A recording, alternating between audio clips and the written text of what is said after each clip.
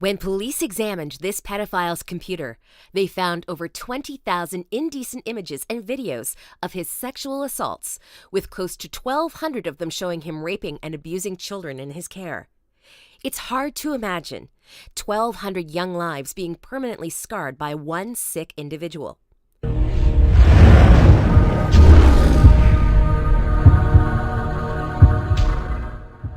A prolific pedophile from Ashford in Kent, Richard Huckle, 30, posed as an English teacher and Christian missionary while volunteering in Malaysia. The meticulous ledger he kept of his crimes played a major part in him being convicted and sentenced to 22 life terms in prison. He also admitted to 71 charges of sex abuse against children, some only 6 months old. I know that this topic won't be an easy one to swallow.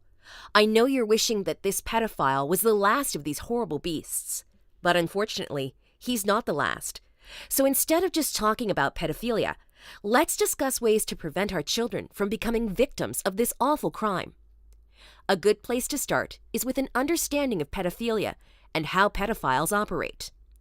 According to Dr. Daly from the Center for Prevention of Child Maltreatment, pedophiles go through a process called grooming. They spend years building their reputation among the community. To gain eventual access to a child, they will nurture close friendships with parents or use positions of authority to build trust and recognition in the community, so that if a child accuses them of molestation or rape, people will say, "There's no way he would ever do that." And if your mind picture of a pedophile is an old man with an overactive imagination, think again. Pedophiles start in their teenage years, so by the time they have gained influence in a community like yours or mine, they are very experienced, very convincing liars. Huckle's first visit to Malaysia was in 2005, when he was only 19 years old and fresh out of high school. He returned repeatedly between 2006 and 2014 and started to groom children by posing as a practicing Christian and taking up voluntary English teaching posts to gain the trust of communities. A pedophile becomes a child's best friend, trusted advisor, and makes the child feel loved, accepted, and cherished before the abuse begins. He then synchronizes his behavior with the child's so he can find ways to get the child alone. So what can we do to protect our children? 1. Know your friends.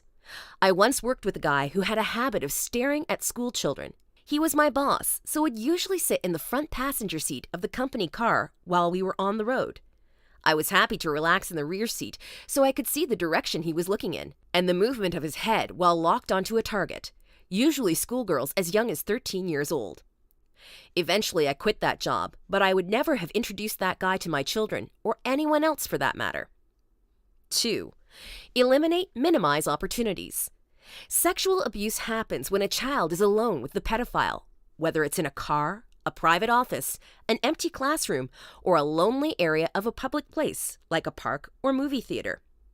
If your child is learning English or some other private tuition and the teacher is male, ensure that the school has a female assistant available to escort your child to the washroom.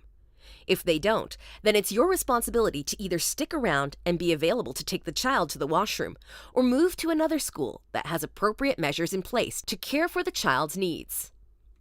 3. Monitor communication. Adults should not be allowed to have private communication with your child via text, email, or phone calls. Make sure your church, sports team, daycare, gym, and school have policies in place that prohibit private communication between adults and children. 4. Use correct words. Make sure your children know and use the correct words for their private parts: penis, vagina, breasts, nipples, anus, etc. If they begin using special names like cookie, muff, or fanny to refer to their vagina, then you know you need to investigate the source. 5. Watch for secrets. The primary goal of a pedophile is to gain access to a child, gain compliance from a child, and maintain secrecy. If an adult tells your child off-color jokes or lets them get away with unacceptable behaviors like stealing or smoking, they may be setting the child up to keep secrets with them. 6. Be careful not to over-discipline. Children who are subjected to spanking or other harsh discipline are less likely to tell anyone about sexual abuse because they are afraid they will be punished for telling. While strict discipline may become necessary at some point, Be careful not to overdo it. 7. Listen to the child. A child often delays telling anyone about the abuse. And the worse the abuse, the longer the delay.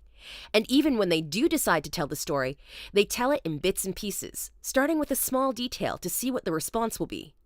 Any overreaction or negativity to their outcry may cause them to clam up and not tell the rest of the story. 8. Believe them. When children disclose they were sexually abused, they are telling the truth 95 to 98% of the time. The level of innocence tends to decrease as they get older, so by teenage years, they are telling the truth 88 to 92% of the time. 9. Speak to trained professionals.